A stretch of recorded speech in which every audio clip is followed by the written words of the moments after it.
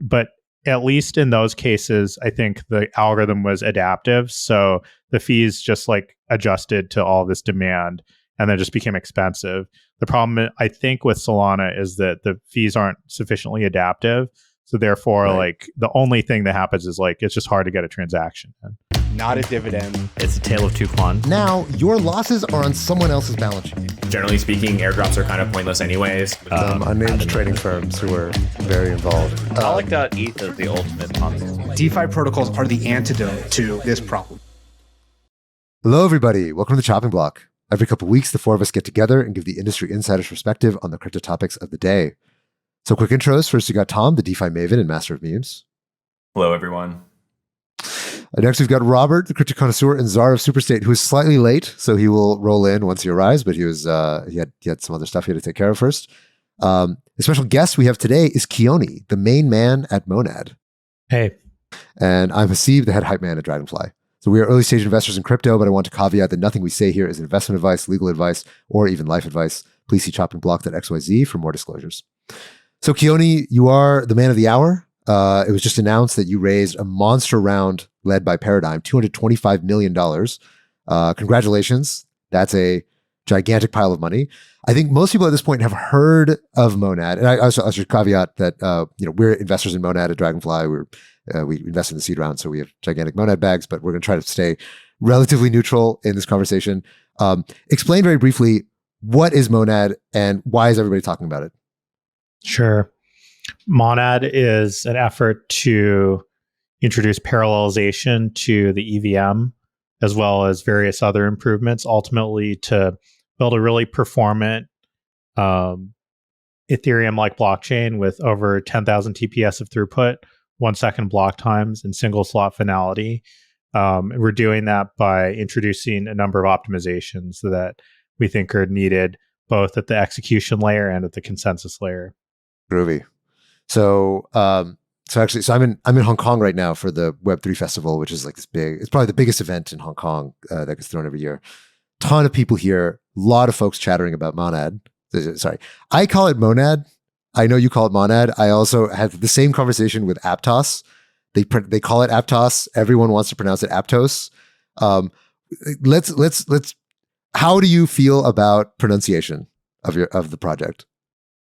Well, I always say Monad, but I can see that it could get confusing because we're really on opposite sides of the spectrum in terms of what we believe.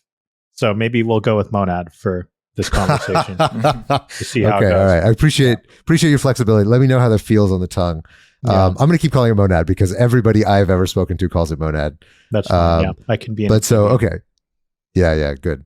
I was here in Hong Kong and I ended up, so funny enough, so I was at dinner last night when you guys ended up announcing the fundraise, and I was kind of caught unawares because I was going to write something of like, oh, hey, we're investors in Monad. So I wrote this piece pretty hurriedly after I got back from dinner at like 11 o'clock about, oh, the EVM sucks and this is why Monad is great because they're going to optimize EVM. Ended up being a fucking stupid piece, and I just got totally trashed on Twitter. So I ended up deleting it after I woke up this morning to just like a wave of people being like, "Why do you hate Ethereum?" which was not the goal. But I'm curious to get from you, like, a lot of the questions that people ask when they ask about, okay, yeah, you guys are making these improvements, parallelization, that's cool, but why do we need another layer one? Why not just have a layer two? Don't we already have enough of these damn layer one chains? Why do we need another one? Yeah, I think there are a couple of reasons why we think being a layer one is really important for what we're building and for the ultimate objective, which is to offer really high performance along with a high degree of decentralization. And those couple of reasons, well, number one is decentralization, because we think that decentralized block production is extremely important. You need a full consensus mechanism for that. From what I've seen with some of the designs for decentralizing the sequencer of layer twos, it basically ends up being that there is a consensus mechanism in there. So you kind of can't really get away from that. The second reason is performance. And relatedly, the third reason is cost. And these two things are very tied together because at the end of the day, for any supplier of block space, there's basically an auction that happens, and the more supply you have, the lower the clearing price can be in that auction. So for end users to get low costs, we need it to be the case that there's a lot of supply. And then I guess the final reason is just with Monad, we really wanted to optimize and improve all aspects of the stack, whether that was at the execution layer, the layer below that, which is the database layer, the layer above that, which is the consensus layer, and the way that all of these different components fit together. It's just really necessary to have pretty strong architectural control over all aspects of it. And we just our team felt that it was best to just build an integrated system where we were optimizing all parts of it. Sure. So let me push on that a little bit. So, okay, if you choose a non-EVM stack, and to be clear for those who are not aware, the EVM is the Ethereum virtual machine. It's basically, you can sort of think of it like the operating system that Ethereum uses. That if you build using the EVM, then you're compatible with all the Ethereum smart contracts, and everything kind of works out of the box on other EVM compatible blockchains. If you look at the fastest EVM compatible blockchains today, you have Binance Smart Chain, Polygon, maybe Arbitrum on the layer 2 side, or Optimism. All these things can go pretty fast. What stops them from just being like, okay, hey, let's just kind of jack up the throughput? And the answer that most people give is that, the state bloat ends up becoming the problem. There's just too much data that gets generated. So the problem is not optimizing the IO or these other random bottlenecks that come up. The problem is that the state grows too fast. What do you say to people who say that we could have done this, but we chose not to intentionally to scale up the throughput of these EVM blockchains?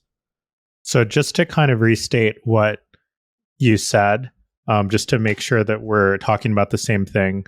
So the proposal or the behavior that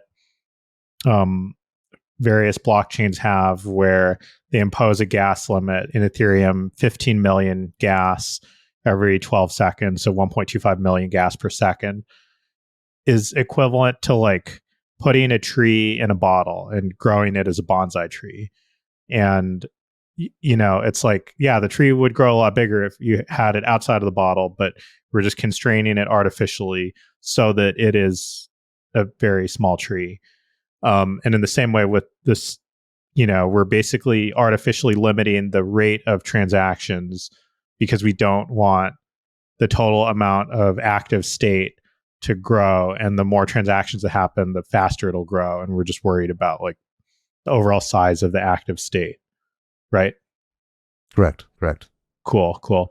So yeah, I would say that there's a couple of different constraints. I'll focus on that state growth constraint for a second, and then also want to talk about some of the other ones, which for me would be state access, the actual execution throughput, and the actual consensus throughput. Those are sort of like the other major bottlenecks in Ethereum. But just to focus on the state growth one for a second.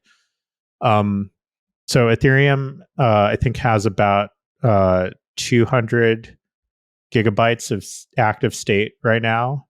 And it corresponds to about 250 million accounts that are populated right now. And that's over the course of like 10 years of like transactions happening at whatever the rate of Ethereum transactions, like 1 million or so per day.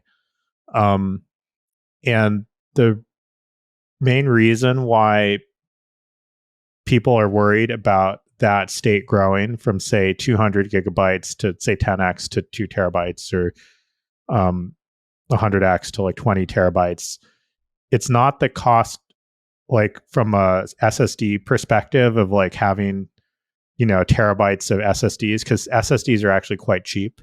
Like a 2 terabyte SSD costs, high quality 2 terabyte SSD costs about $200. This is not like a huge outlay. The issue is that the data structure that in which Ethereum state is stored, which is the Ethereum Merkle tree, is quite inefficient. So it's quite expensive to do a single lookup from that Merkle tree. and it also gets more costly as the state gets bigger. So I think the biggest thing is like people are worried that as the state gets bigger, it's going to cost more and more to like do an individual lookup, and that's going to slow things down. So therefore, we have to slow things down so that the state doesn't grow too much, so that then the lookups will still be reasonably fast. But it ends up being a little bit like the actual fundamental issue is really related to the inefficiency of the storage. So the way to solve this actually is just to make the storage system a lot better so that those lookups can be done much, much, much more efficiently.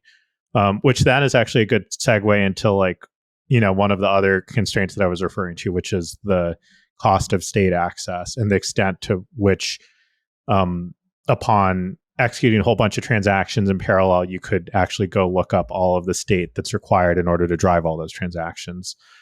So I guess what I would say is that, in my opinion, the fear of state growth, like the state growth problem, is actually really a state access problem in disguise.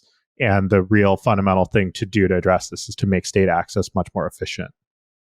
So essentially what you're arguing is that, we've sort of, people are very concerned about state growth, but state growth is actually not the terminal goal. Or sorry, minimizing state growth is not the terminal goal. The terminal goal is efficiency, performance for the overall system, and state growth is correlated with that if you have the wrong architecture. And if you can access, read, and write to the state much more efficiently, then actually you can withstand, storage is obviously very, very cheap. The problem is not storage. The problem is that the system just becomes way less efficient when all this stuff is constantly, when accessing and reading and write to a very large state that can't fit in memory is really going to start hurting you. And that's effectively the sort of the terminal bottleneck. That's right. I think that state growth is not inherently a bad thing because it is actually a reflection of more usage. It's like if your bank has 10,000 depositors, so they can store all of the information about all those depositors on a really tiny hard drive. And then, the bank's business starts to boom and they get more and more customers and they need to buy a bigger hard drive. They shouldn't be upset about buying a bigger hard drive. They should be happy that they have more customers. So it really is that the system kind of has to be designed for the level of usage that we expect to see. And then we have to engineer solutions that ultimately allow us to deliver the expected amount of performance. So I buy that argument. At the same time, one of the things that, of course, Ethereum is targeting eventually implementing state rent. Solana has also talked about implementing the same thing. State rent being this idea that, when you store something on a blockchain, on a standard smart contract blockchain, the presumption is that you're kind of storing it forever. And, if you launched a smart contract in 2015, the year that Ethereum went live, that smart contract is still sitting there. And everybody who is validating Ethereum still stores that contract even if nobody's touched it in 10 years.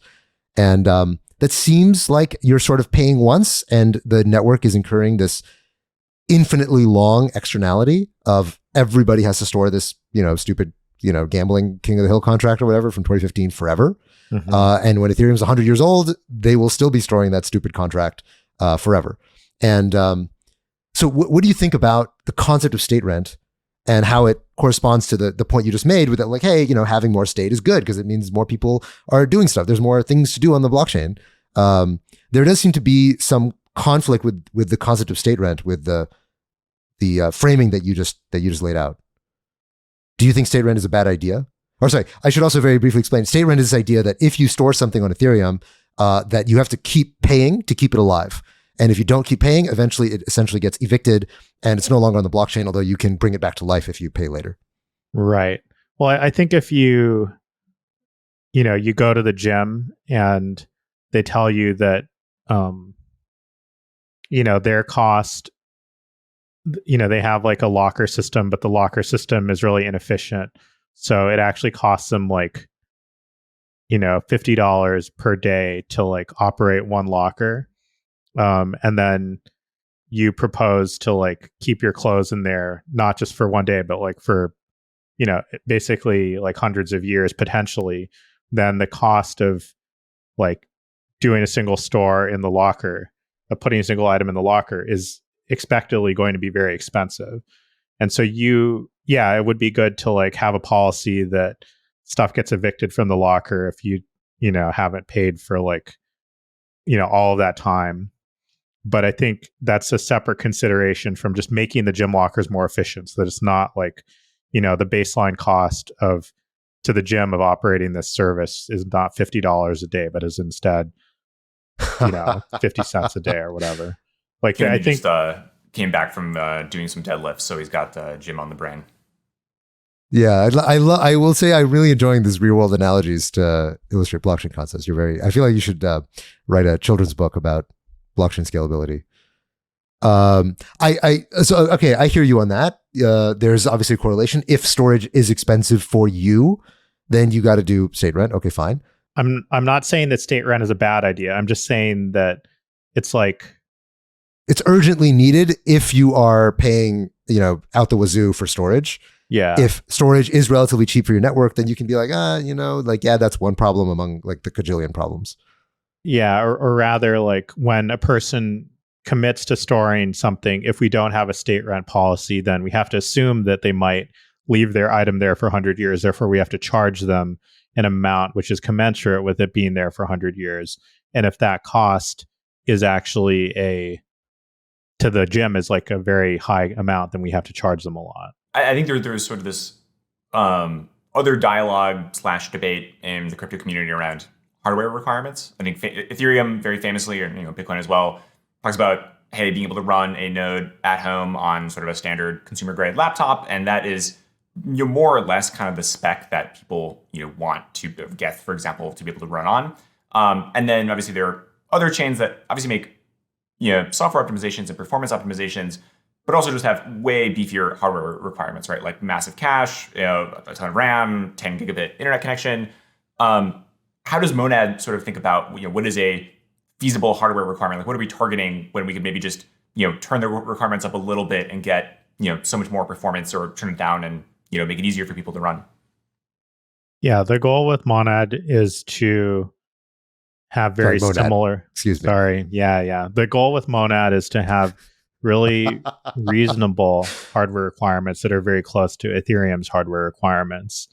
I think that the single biggest area where there might be a temptation for a blockchain designer to kind of cheat is basically on the RAM side, because RAM is what helps you address sort of effortlessly the problem that we were referring to, which is the high latency of reading a value from the Merkle tree. Like if you keep the entire state in memory, then it's actually very cheap to do those lookups, because the cost of doing one read from RAM is, you know, less than a microsecond, as opposed to the cost of doing a read from disk, where a single read from SSD is 40 to 100 microseconds, and then you might actually be traversing some tree structure a bunch of times in order to look up one value. So it's very, very tempting to have high RAM, but the other thing is that RAM is really expensive. Like a 2 terabyte SSD is $200, but 2 terabytes of RAM is at least 100x more expensive, i.e. $20,000 for that same amount of storage that's memory instead of SSD. And then also when you start to require really high RAM, then it has other implications on the kinds of processors that you can actually pair it with. So in practice, the cost is even higher.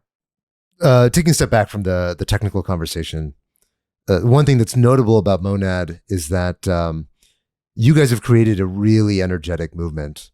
You know, I'm right now in Hong Kong. A lot of people in Hong Kong are talking about Monad. There's probably like right now the three most talked about new projects feel to me like Eigenlayer, Monad, and Athena. I mean, I guess Athena has a token now, but obviously it's a thing that people are constantly arguing about.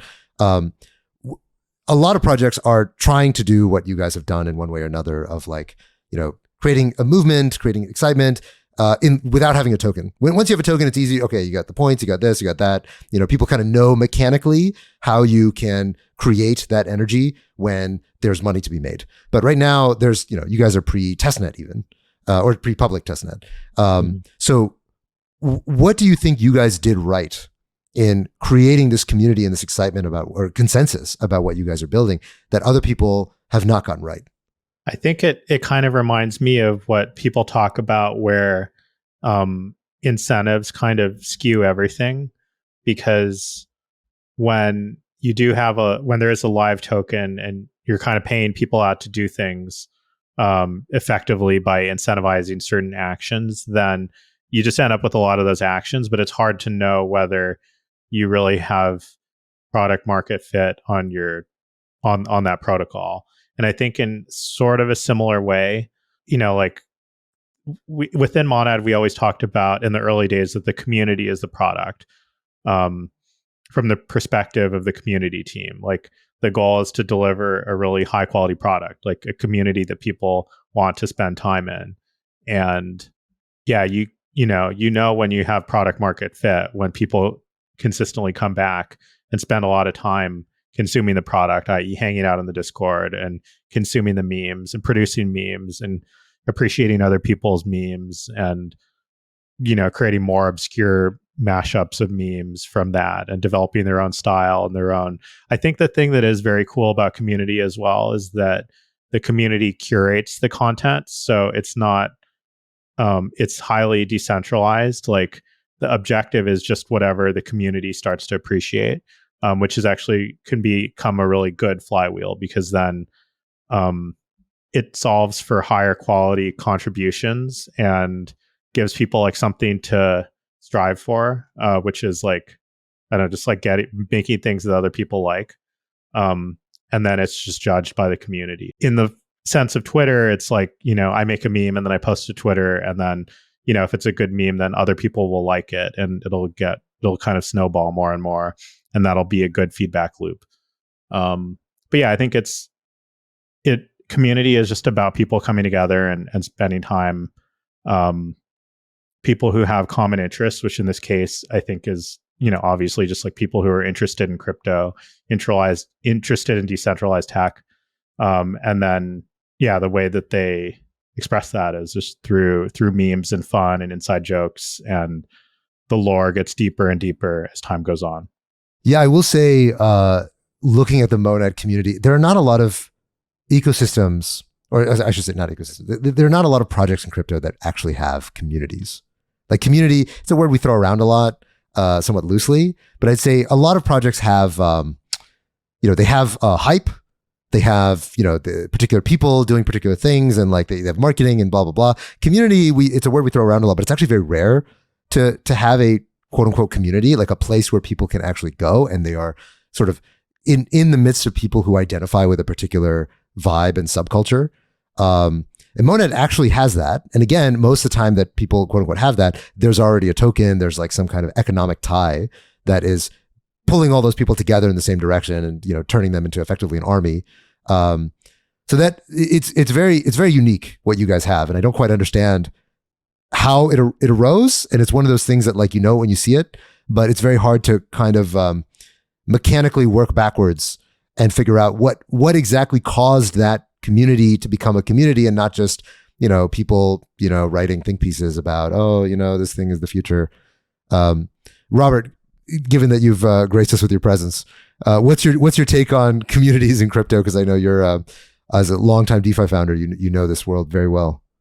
Yeah, well, it's interesting because in a DeFi application where there's required shared participation, whether it's through governance or whether it's through, something that requires a lot of, folks to come together. I'm not going to use the word community, but I'll say anything that requires like a large number of people to come together, I think has like a natural catalyst. For an L1, I think it's harder to achieve. In some sense, it's easier to achieve because there's way more people capable of using an L1 than a DeFi application. I think like the sort of like total addressable population is, probably 100x bigger, if not 1,000x bigger for an L1.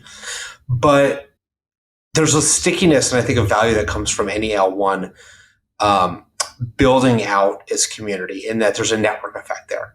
If you were to have 100 people participating in a DeFi applications governance process, it doesn't make things that much better for the next 100 people. But with an L1, in some variety, especially if the community is developer focused or the participants are contributing back to the L1 in some way. There's a network effect. And, there's the potential of this being a really powerful network effect as the community grows, it creates more applications, which brings in more community, et cetera. I was a Ethereum ecosystem community member, you could say. And I felt this, on Ethereum back in the day. It was incredibly exciting. Ethereum was an incredible community for builders, for developers. It was incredibly welcoming. And there was something really special about that. And, I just think if L1 gets it right, then that community is incredibly powerful. If it's just retail and they're just focused on airdrop of some variety, I don't think it's very powerful. I think it's incredibly flighty, but the composition of the audience matters. And if done correctly, it can be a permanent tailwind. Yeah. Interesting. So, one of the stories this week that I wanted to talk about, moving a little bit away from Monad, is what's going on in Solana land. So Solana at the moment, we've been kind of covering over the last few weeks this meme coin frenzy that's primarily taking place on Solana. And as a result, or maybe let's say exacerbated by all the meme coin mania, Solana is now facing massive congestion that's causing lots and lots of transactions to get dropped. So Solana recently implemented a new networking protocol called Quick, QUIC. It's a protocol developed by Google that now most TCP networking stacks tend to use Quick. However, when they implemented Quick, I guess they're now kind of realizing that Quick was quote unquote not optimized for adversarial network conditions, which I guess means that if people are trying to constantly open new connections with you and send you just a small amount of data, Quick tends to not really perform great, or I guess their implementation of Quick does not tend to perform great under these kinds of conditions where tons and tons of transactions are getting spammed by bots, getting sent to the leaders. The leaders are getting overwhelmed. They're dropping tons and tons of packets. And as a result, the vast majority of transactions on Solana are dropping before even making it to mainnet. Now, people have also been freaking out because on Solana mainnet, so there's sort of two phases of a transaction. First, you send it over the network to the leader, and then the leader actually executes the transaction and puts it on the blockchain. Of that second phase, the transactions that are actually getting onto the blockchain, 75% of transactions on Solana mainnet are now failing. Now, most of those failures are because they're coming from ARB bots, and those ARB bots are trying to ARB things, and the Solana fees are so cheap that if you're trying to do an arbitrage and the arbitrage fails, it doesn't really matter because you're paying a fraction of a cent. But people are also freaking out because, just ostensibly, this blockchain is now getting not almost nobody, but most people are having a lot of trouble getting their transactions into mainnet. And mainnet is full of mostly failed transactions. So there's both problems here with the networking stack and with the fee market, which makes it difficult for people to actually, show that hey, this is a high value transaction. I really want this to get in. You're not really able to do that very effectively on Solana because of the fact that the network is getting so spammed that you can't even participate in the fee market more or less before getting there. There's some potential fixes that are targeted for April 15th. So far, they've shipped a couple of improvements, but they don't seem to have improved the core problem because there's just, I guess, a bunch of issues with the networking stack. So, Keone, I'm curious. Obviously, you are building an L1. You're dealing with the kind of issues that Solana, or you will be dealing with the issues that Solana is dealing with today. And you were previously at Jump Research, which, of course, has been a big contributor to the Solana ecosystem. And Jump is building FireDancer, which is the new fancy Solana client that everyone's hoping is going to ameliorate a lot of these problems. What's your take? First of all, did I explain that correctly? Anything I'm missing? And what's your take on what's going on here at Solana? Yeah, I think. Well, first I'll say that I've for a long time felt that Solana fees are actually too low. And because they're too low, that actually creates the potential for activity where, there's an opportunity that's worth $10 and, the fee is whatever, 0.01 cents. And so then in order to sort of compete for that $10 opportunity, people just send, 10,000 transactions, 10,000 copies, from, 10,000 different accounts or something, all attempting to go grab that and, pay for the failures and, And the solution is actually pretty simple, which is, for this particular sub problem, is actually just to have a higher baseline fee. But So let's pause there for a second, because I think it was about maybe a year and a half ago, we had an episode on the chopping block when Solana had some issues because of transaction spamming. I don't remember what it was exactly, but I went on a rant basically talking about how Solana was broken because it didn't have a fee market. Now, a year and a half later, Solana has implemented a fee market, right? So they have these sort of hotspot pricing such that I think it's basically automatic. It's like using some kind of exponential increase where if a particular contract or a particular state is getting hit a lot, the fees programmatically go up on that state. And they now have tips such that, I believe, right, that when you're sending a Solana transaction, you can add a tip if this is a particularly important transaction. Why is that not sufficient to solve this problem? I think it really depends a lot on the nature of the contention. Like if you have a lot of transactions that aren't necessarily competing for the same. Sorry. So when you were talking about fee markets, what you mean is that there are local fee markets. So that, right. If you're trying to request a particular read or write lock on a particular account, and someone else, a lot of other people are also trying to request that, then you have to pay more. But that's, there could just be like cases where it's not really the local resources, not the specific accounts that are being competed over, but more just like the overall block space that's being competed over. The other thing to mention is I think the specific issue that is causing the first problem that you mentioned is a proof of work coin called OR. I haven't really had time to look exactly at how it's minted, but I believe it's just like, a lot of people try to submit transactions and then most of them fail. And then one of them eventually does succeed in minting some OR. And so it, by definition, almost like all of those failures are part of the process of minting one OR. So therefore it's actually incentivizing a lot of transactions to be submitted, which are going to fail. Is it spelled O-R-E, like a mineral? Or yeah.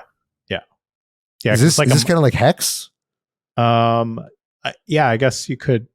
Actually, I forgot how Hex works, but there were definitely some like proof of work coins on Ethereum that were like using up a lot of the gas limit. I did not realize this was happening. There have been examples on Ethereum in the past, but none of them ever really, were a sustained drag on the blockchain. There's things that were like for a day or two.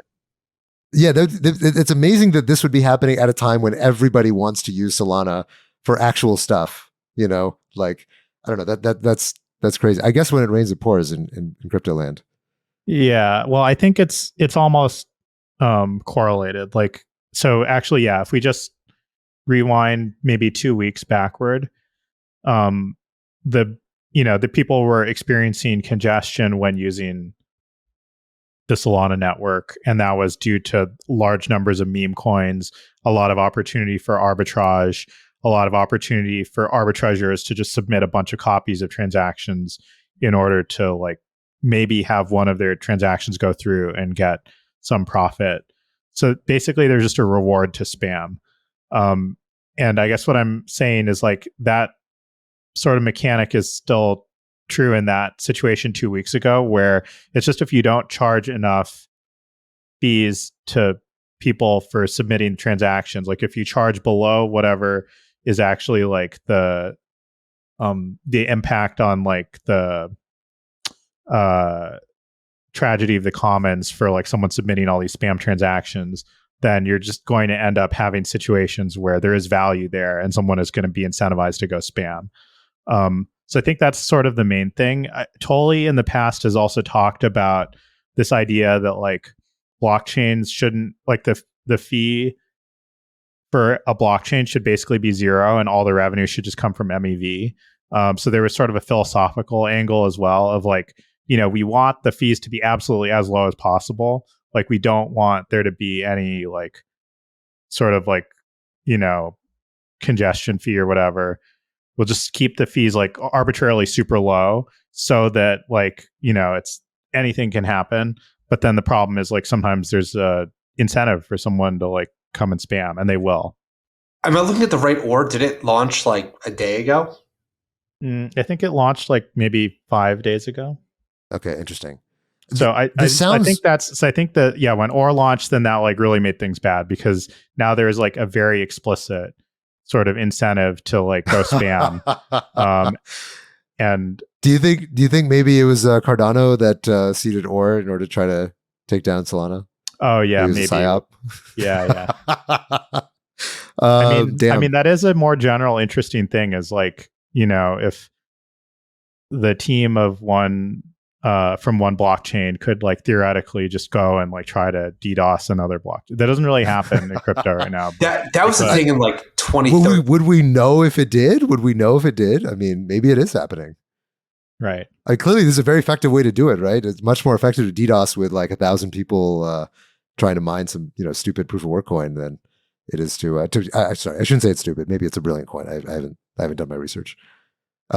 What's interesting though is that this problem is very analogous to the problem that Ethereum was facing when it implemented flashbots. So like Ethereum had the same problem, that you had all these people in the mempool basically grinding on transactions to try to end up winning these MEV races. So these were called priority gas auctions, or PGAs, where people would bid back and forth to say, oh, hey, I'll pay 1 cent, you'll pay 2 cents, you'll pay 4 cents, you'll pay 8 cents to go and try to win this $10 ARB. And it ended up filling up the entire mempool, as well as a ton of block space was end up getting full of just these failed transactions. And they basically were like, all right, you know what? We're going to create a special lane over here for all you annoying idiots who are fighting over this MEV, and you guys can stay in this lane and do your stuff while we're using the blockchain like adults. And, you know, it obviously there's not the same problem, but it seems to sort of rhyme. And then obviously you had this thing not that long ago with Jito, where Jito decided to turn off their mempool service because of all of the people who are getting sandwiched who are trading meme coins. So am I crazy, or is there some thread between those two things, or am I just kind of drawing a line in the air? Yeah, I definitely agree that the situation of like there being an incentive to spam because the fees don't adapt quickly enough to like charge people the appropriate amount for an individual transaction, that is definitely kind of similar to like pre-Flashbots Ethereum days. It's also, to me, reminiscent of inscriptions. Like, you know, basically people are like, oh, there is like, this is a limited resource. So like if I inscribe this thing in limited resource, it'll have value because only so many of these things could be created in a given amount of time. And then they ended up, in that case, bidding up the cost of that particular resource. After the EIP 4844, there was a temporary time when blobscriptions got really popular. So they used up all the blob space to create, anyway. But at least in those cases, I think the algorithm was adaptive. So the fees just like adjusted to all this demand and then just became expensive. The problem, I think, with Solana is that the fees aren't sufficiently adaptive. So therefore, like the only thing that happens is like, it's just hard to get a transaction in. And then the last thing to mention also is like, you were talking about the Quick protocol and the sort of how like, you know, some of the RPCs like just get hammered with like a ton of spam. I feel like what's happening there is there's certain bugs in the implementation of Quick, or like inefficiencies in the implementation of Quick, but these are all just getting revealed because of this high amount of spam. But the high amount of spam itself is actually just arising from the bad incentives. So Solana could actually, I think, fix a lot of these issues by having, and I'm not saying it's easy to do, but having a fee model that is more adaptive, that's more willing to like go up in response to this demand. I'm not sure if it's, again, like local demand or global demand. Right. But basically it's kind of, you know, effectively them walking back a lot of their contentions. I mean, because you're right, Anatoly's been saying this for years, that he thought fee markets are terrible and that we want to create a system that is basically infinitely scalable. And that was the original vision of Solana, is that, you know, you have a cajillion cores and all those different cores can execute things in parallel because, you know, it's just embarrassingly parallel as a system. And at the same time, when they finally backed off and said, okay, fine, we'll implement localized fee markets, but not global fee markets because there shouldn't be global fees, or I guess very tiny global fee markets, but they're, minimal, as you mentioned, minimal adaptation. If they implement a global fee market and they basically kind of say, all right, fine, blockchain, you win. I guess we have to have one of these if we have sufficient usage. Then you think, even if they have these issues with Quick, they'll more or less go away because people will just be like, look, if I don't want to pay a lot more money, there's no point in spamming. They can fix these Quick problems. Like these are actual bugs in the implementation that can be fixed. But the sort of the core of the problem is the bad incentives to spam because the prices are artificially held low. Right, exactly. And I would add that for individual RPCs, like the hosting company kind of has to have firewalls or like some policies in place to say like, okay, if I'm getting a lot of messages from this one server and they're spam, like I should start throttling them. So there's stuff that's like out of protocol. It's not technically part of the Solana protocol or the Ethereum protocol that also has to be in place. And, just depending on whether or not the hosting providers have that, the extent of the sophistication, there might be like vulnerabilities to RPCs as well to this kind of behavior. Is it the RPCs that are dropping the transactions or the leaders who are dropping the transactions?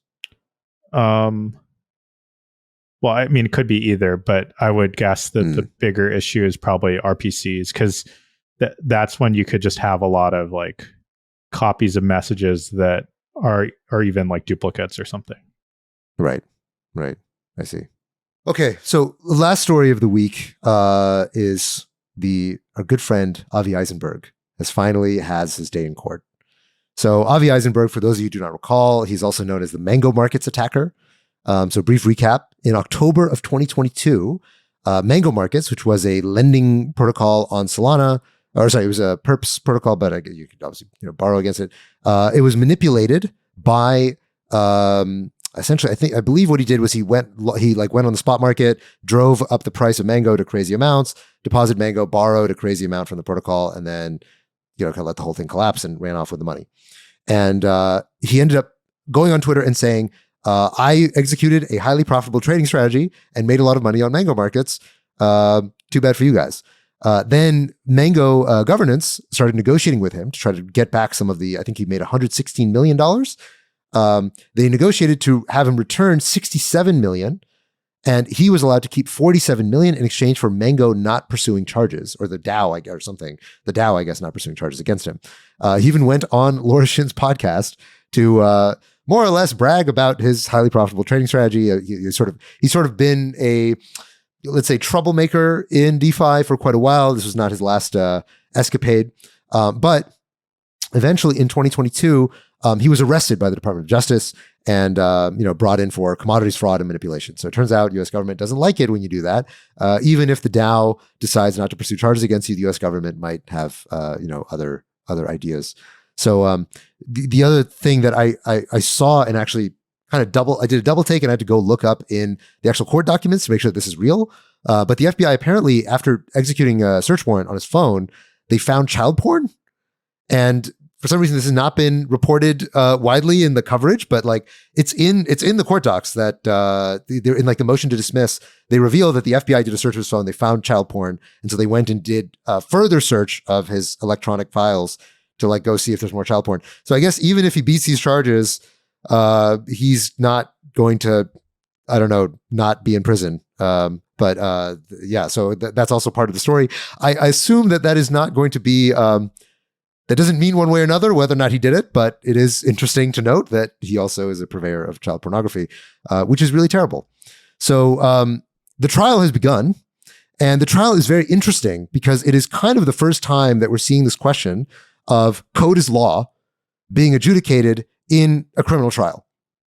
And the AUSA, the assistant attorney to whatever, the prosecutor, the prosecutor is basically saying, hey, he basically stole money from the protocol, ran off. He broke the rules. Like, look at this. Don't think too hard. Obviously, this man is a fraudster. Apparently, he impersonated a Ukrainian woman. And this is brought up repeatedly. I don't know what exactly he did, but I guess he like forged documents or something, or claimed to be something in order to cash on his money. Coinbase account, I think. I presume, yeah. I think it was in order to offload the money that he made. Because of course, if you start an account under the name of Avi Eisenberg, people notice and they're like, "Huh, maybe I shouldn't let you cash this out." But he created a fake account, cashed out all the money, and then apparently the next day after the attack, fled the country. And they're like, "Look at this story. Obviously, this guy did it. He knows what he knows he's guilty, and he's a bad man." Apparently, he also Googled the same day market manipulation. And so, now that they have the search warrant, they can kind of piece together a pretty damning story about what he thought he was doing. His defense was Mango was not operating in the regular financial world. It was a special system with a special set of rules. And these rules, they chose these risk parameters because they knew that it was risky. And if you take this kind of risk, it's because you're under the understanding that these risk parameters could have been chosen more conservatively, but they chose to take on more risk, and this was the risk they were taking on. So, every trade has a winner and a loser, and in this time, Avi, obviously a winner, therefore, let the man keep his money. So that was more or less the defense's opening arguments.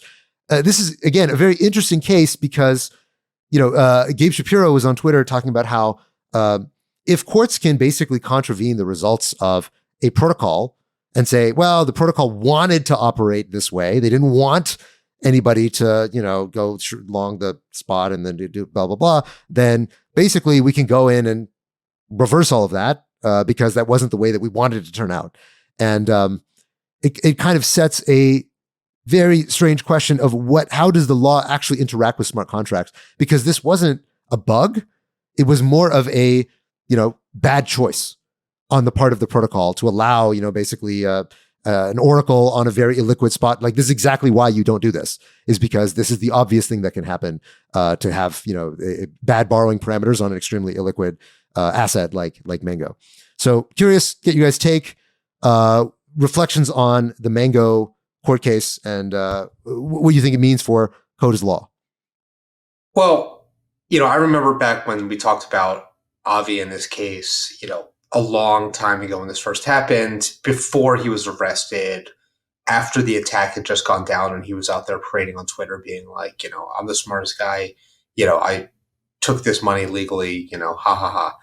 We basically said that we expected, and I believe we said hoped, that he would be caught and charged because he was, in essence, robbing a protocol to everybody's face. With zero regrets and zero shame, and saying, it doesn't matter if you can, hack it, if it's possible to exploit a contract, that's all that matters. And, when I look at this now, a significant amount of time later, I actually look at this, and I will again preface, I'm not a lawyer. I have no idea exactly how this stuff works, but there's really two very, very separate questions. One is code law, and did he defraud the Mango protocol? But two, and very separately, did he manipulate the market for the Mango token in order to defraud the Mango protocol? And it's possible that he's guilty of one thing and not the other. It's, in my opinion, extremely clear, and it doesn't matter whether you think code is law. Like, even if you 100% believe that code is law, can believe that he's guilty of market manipulation and that he truly manipulated the global price of Mango that everybody and every market participant was experiencing in order to perpetrate his attack on the Mango protocol. And regardless of whether or not you think code is law, even if you truly believe code is law, it's hard to say you don't think that he manipulated the Mango token market, which he did. He drove it up like 1,000x or whatever in order to attack the protocol. And it doesn't matter whether you think code is law. I think everyone probably agrees that manipulating the global availability and price of the asset and cornering the market and driving up the price 1,000x is very clearly doing harm to a huge number of people. And so, I think on the first piece, which is market manipulation, this is probably an incredibly obvious example of it. He changed the global price of the asset 1,000x, not for a huge amount of time, for a couple hours or whatever he was doing his attack, but very obviously market manipulation. And then you get to the second point, which is, did he defraud a protocol? And there's a lot of different perspectives here. And, I think there's probably a lot of nuance, but, he very clearly found an exploit in the protocol that he created with his market manipulation to steal assets from all the users. And, there's a lot of norms that were shattered either way. And I think in a lot of ways that, it doesn't matter whether code is law. Any of the users would have said that they were violated by the action. So would you say, so I think the two counts are commodities fraud, market manipulation. Would you say yes, market manipulation, no commodities fraud? Or would you say yes on both? I'd say it's a extremely obviously yes, market manipulation. Need to go into the details more on whether it's commodities fraud. Fair enough. Tom, what's your take? Yeah, I think the intent component here is really big. I mean, obviously, as it always naturally is, but when we're prepping the show notes, I was reminded of also in 2022, weirdly enough, Matt Levine, who writes money stuff at Bloomberg, covered this story out of LME, London Mercantile Exchange, which felt very similar to me. The story basically is there's this Chinese nickel miner that was hedging their nickel output on the LME. Price of nickel ripped, and they basically had this shortfall of like several $1 billion. And LME came after them and said, "Hey, you have to repay us." And they said, "No, fuck off." And the LME basically went back to the traders on the other side of that trade and like unwound their trades. So they're like, "Yeah, we don't have enough collateral because the market ran away and there was not enough margin from this nickel producer." And so in that case, effectively they kind of ran away with free money, but they were not directly manipulating the price of nickel. There was not a scheme. There was not a conspiracy to do this. It was just, they happened to, profit from this sort of bad market conditions, but it's not like that was sort of their intent from the outset. So effectively like a bad liquidation, but it's not like they coordinated to make this happen. And bad liquidation is bad liquidation. You're like, yeah, okay, that obviously seems very different. Yeah, I think in Gabe Shapiro's second tweet, he was like, well, they're going to go after Aave if there's a bad liquidation. I'm like, that feels like a bit of a stretch where I don't, maybe in some conditions, but generally speaking, people are not coordinating to, manipulate the market and get bad liquidations on people and sort of steal their money. And so, I think just it's the intent and what is sort of the origin of it. And clearly with Avi, there was a conspiracy to go and perform this trade.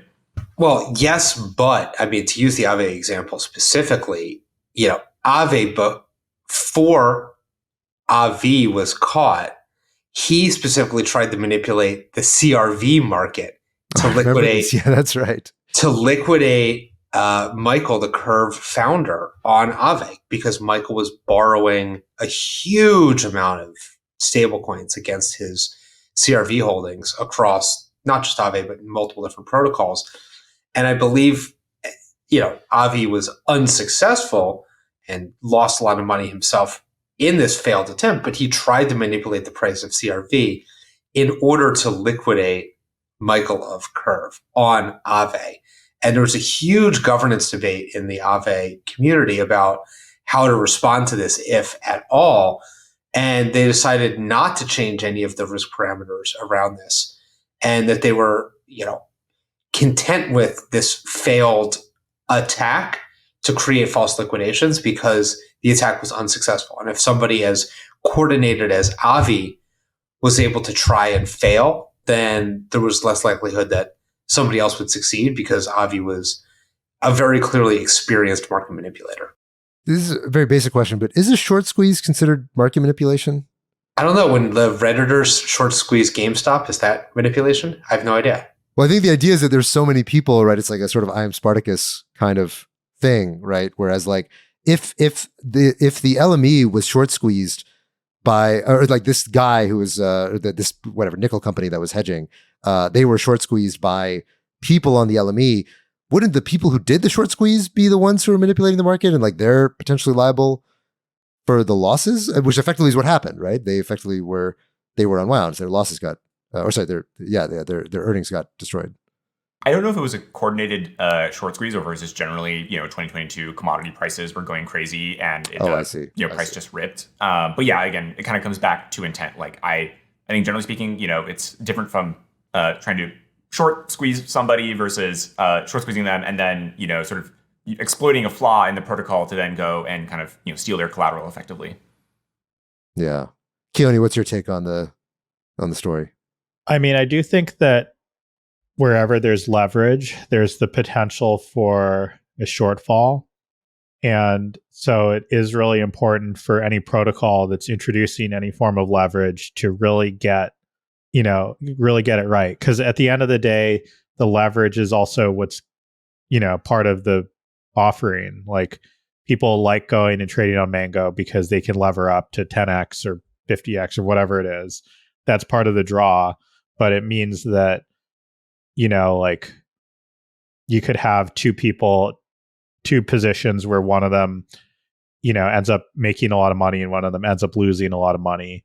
And that's a bad situation because either that loss on the losing side is going to end up getting socialized against the winner, which is like pretty unfair to the winner, or the protocol is going to end up with bad debt. Or those are basically the two options, and neither of them is good. So I just think that while I think I agree with everything that Robert said about like clear market manipulation, I do think that the protocol really does bear some responsibility for realizing that they're playing with fire when introducing leverage and being very, very cautious about where to allow it, and then also the rules for delevering and handling these extraordinary situations. Because I think in the Avi case, it was that he sort of opened up two separate positions where one was long a lot of Mango and one was short a lot of Mango perps. And then he moved the price of Mango up a lot. And so then the one that was up a lot of money he then withdrew a whole bunch of stable coins and Sol, Ether, and so on against that massively up position.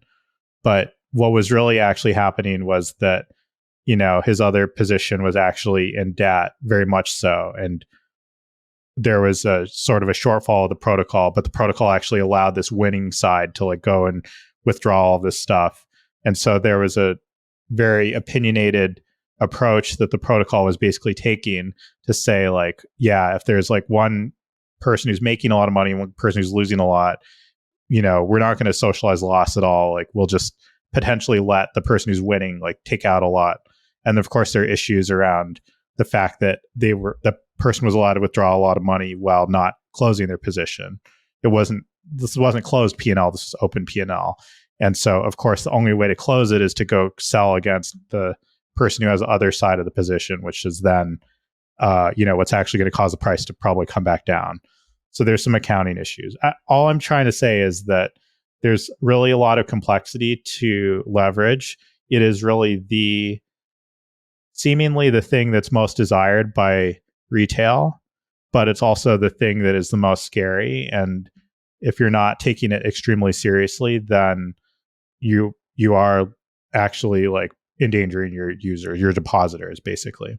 Yeah, completely agreed with that. I mean, leverage is obviously beloved by crypto traders everywhere. I mean, people keep talking about all the risks to, things like eigenlayer from people kind of recursing on, borrowing to do more farming. And, obviously most of the crypto trading platforms that are most popular allow massive amounts of leverage. And that's where a lot of the crazy swings in crypto come from.